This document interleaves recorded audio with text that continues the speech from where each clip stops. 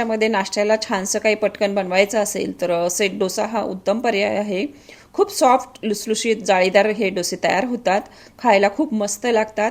तर चला पटकन हे कसे बनवायचे ते बघूयात. त्यासाठी इथं मी 1 कप इडलीचा तांदूळ घेतला आहे. तर सर्वात अगोदर हा तांदूळ आपल्याला 1 ते 2 पाण्याने 2 वेळा पाण्याने तांदूळ चांगला स्वच्छ धुवून घेतला आहे. आता यामध्ये भरपूर पाणी घालून हा तांदूळ आपल्याला तासभर तरी भिजत ठेवायचा आहे. आता त्यानंतर अर्धा चमचा मेथीदाणेही भिजत घालायचे. इकडे तांदूळही भिजलेला आहे. आता हा तांदूळ पाणी निथळून मिक्सरच्या भांड्यामध्ये काढून घ्यायचा. त्यानंतर मेथीदाणे पाण्यासकट यामध्ये घालायचे. आता हे मिक्सरला जरा बारीक दळून घ्यायचं. वाटताना मी थोडंसं पाणी घातलं होतं.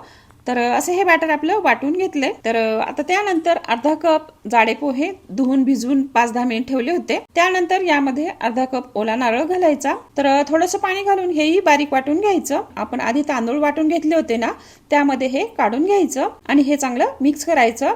आता त्यानंतर यामध्ये चवीप्रमाणे मीठ आणि थोडंसं पाणी घालून याची कन्सिस्टन्सी ऍडजस्ट करायची. आपल्या नेहमीच्या डोशांची जशी पिठाची कन्सिस्टन्सी असती तशीच याची कन्सिस्टन्सी ठेवायची. तर ह्या डोशाच्या बॅटर मध्ये अर्धा सॅशे इनोचं पॅकेट घालायचं आणि हे लगेचच मिक्स करून घ्यायचं. तर पाहू शकता बॅटर लगेचच फ्लफी आणि जाळीदार बनू लागले. तर आता चला लगेचच याचे डोसे बनवायला घ्यायचे. तर तवा चांगला गरम झाला की तव्यावर मधोमध हे 1 मोठा चमचा बॅटर घालायचं. हलकंसं हे बॅटर पातळ पसरून घ्यायचं. तर बघा लगेचच याला जाळी पडू लागलीये. आता वरती झाकण ठेवून वरची बाजू ड्राय होईपर्यंत हे लो गॅसवर शेकून घ्यायचं. तर वरची बाजू बघा कोरडी झाली आणि खूप जाळी पडली ह्या डोश्याला.